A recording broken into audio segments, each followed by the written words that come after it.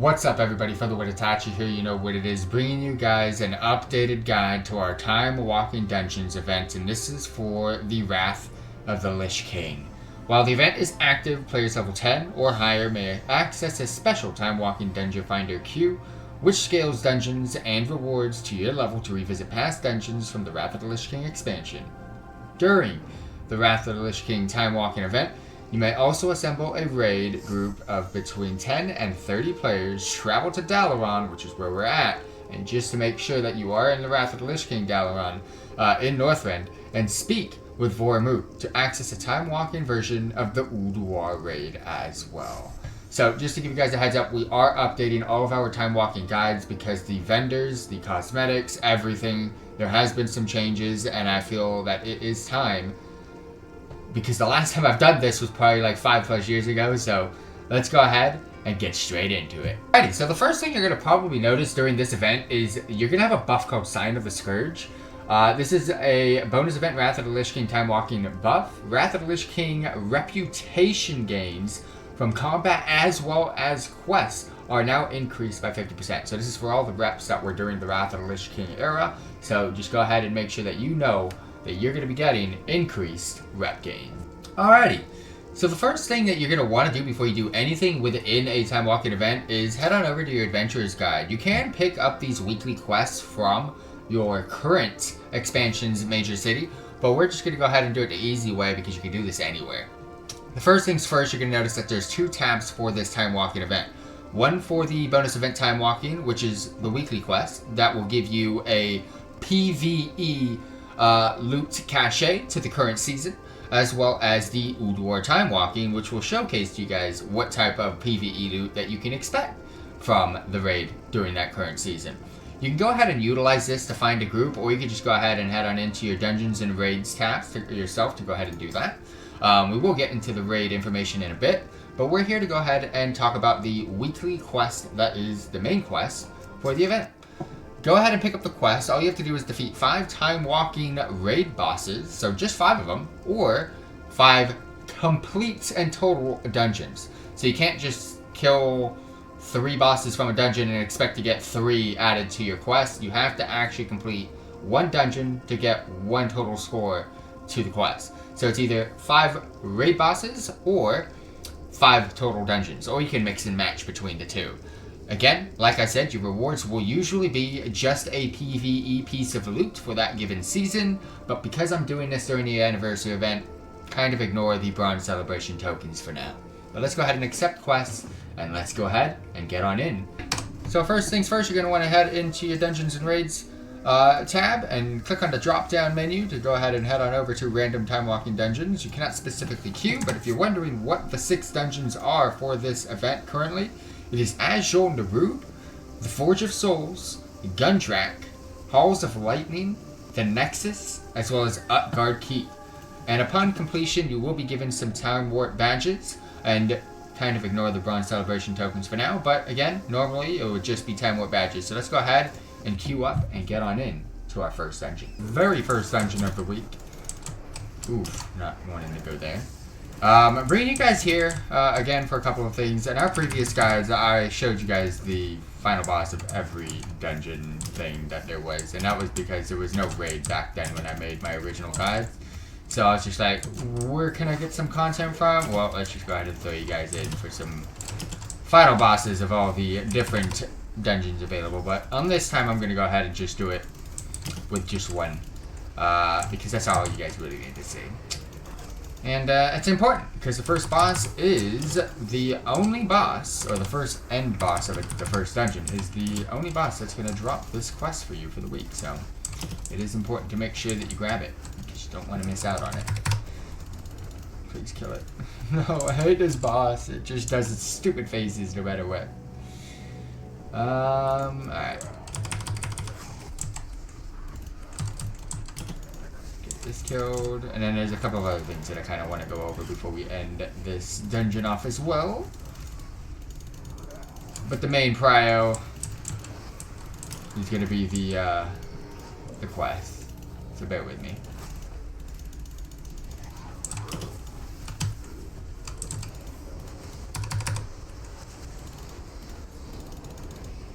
Alright, kill him before he freaking disappears. Let's go! Alright, as you guys can see there, we picked up the Unstable Prism, which is an item.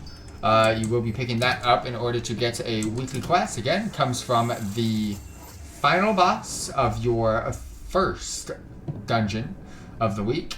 And upon getting that, you'll be turning in for 23 total gold, as well as 500 Time Warp badges.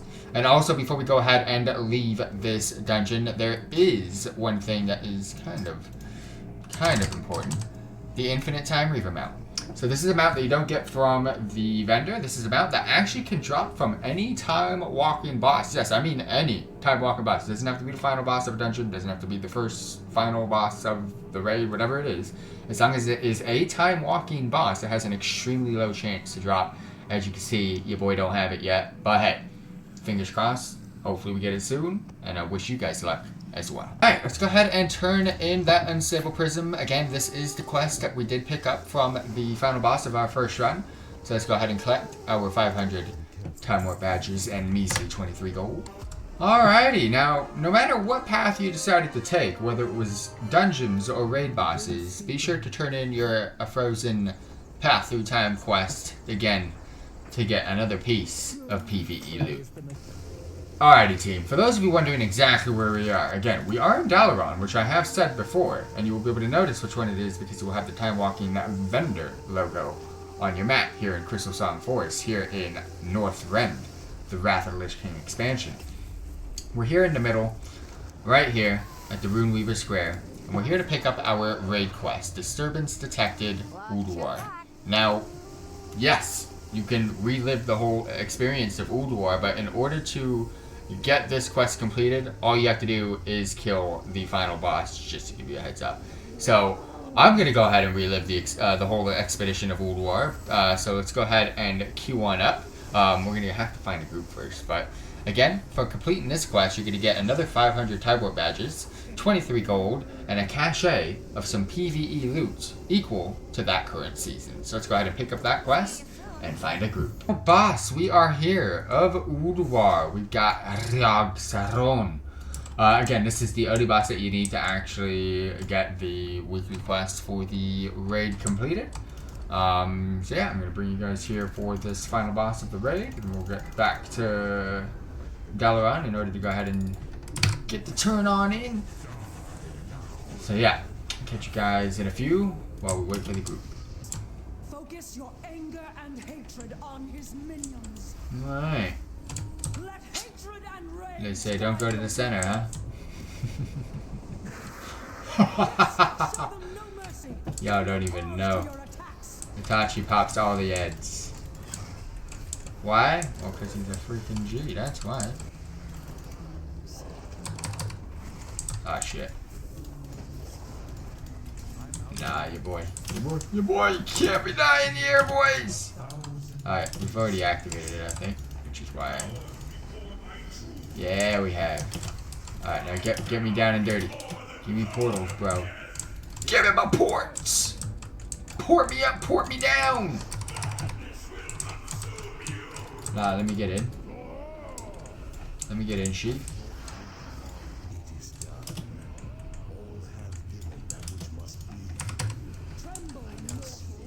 Alright, now we go back and kill that dude. Speed boost it. And possibly one of the easiest bosses of all times.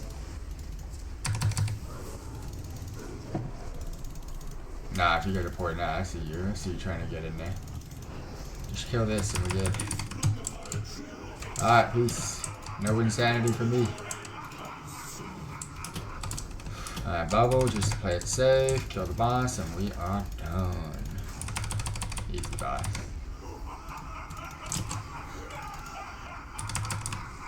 One of the ugliest, this dude and the dude from AQ, ugly as fuck, bro. Cthulhu and Yogg-Sothoth, bro. Like, who, why? Like, look at you. Look at your face, dude. Your face is nasty, bro.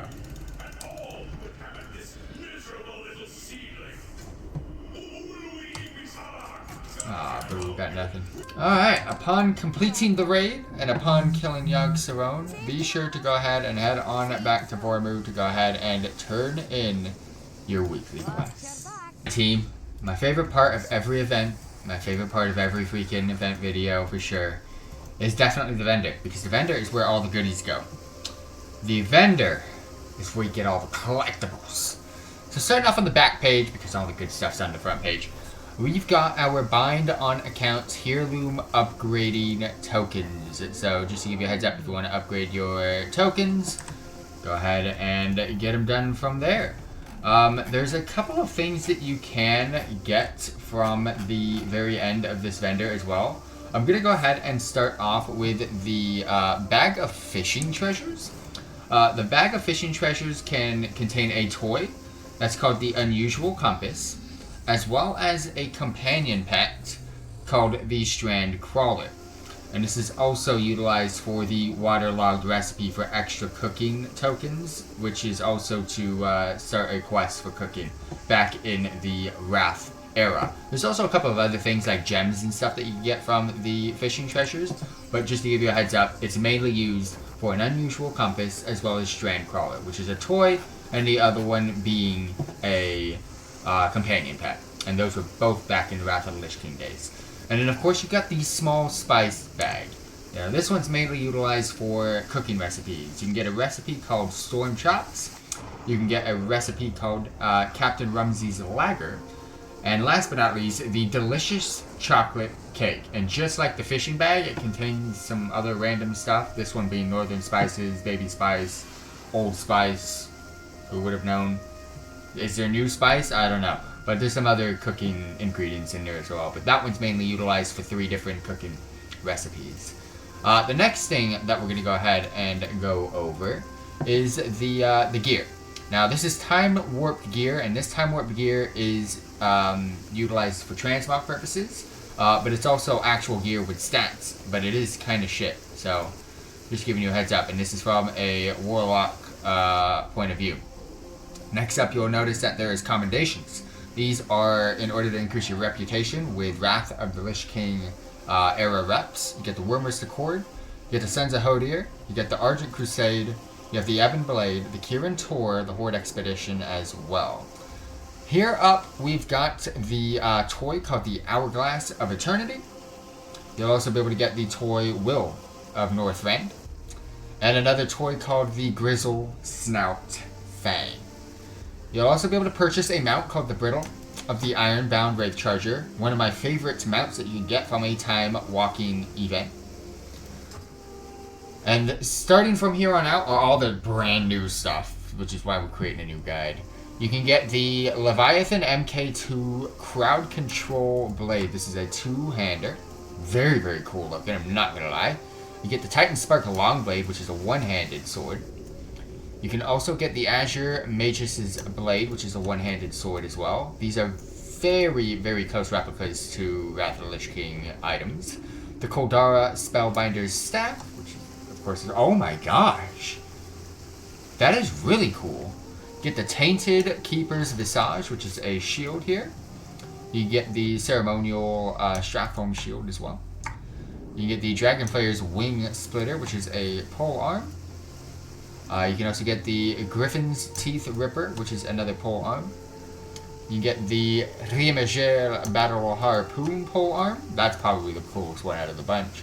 The Ghostly Titan Astrolable. It's an offhand. Oh, okay. Kind of unique. The Dakari Voodoo Stick, which is also an offhand. And of course the Crystal Maw Basher, which is a mace. You can also get the Wolf-Eyed Sharpshooter Gun, which you can see here. You can get the Iron-Forged Hammerhead Rifle. You can also get the Frost Giant's Claws, which is a fist weapon. Kind of goes with my transmog. The Stormforged Short Blade, which is a dagger. You can get a Vrykul Gut Ripper 1-handed dagger. You can get the Dark Ritualist Spellblade, which is also a dagger. You get the Mage Hunter's Ornate Dagger as well. A lot of daggers, holy shit. Get the Frosted Diemerheim Battle Bow, which is a bow. You can also get another bow called the Dragonflayer's Heart Piercer. You can get a Dakari Head Splitter Axe. Very cool. You get the Dragon Flayer's Iron Cleaver, which is another axe. Couple more here. Warsong Cold Weather Cleaver Cosmetic. The Battered Bulwark of the Argent Crusade Shield.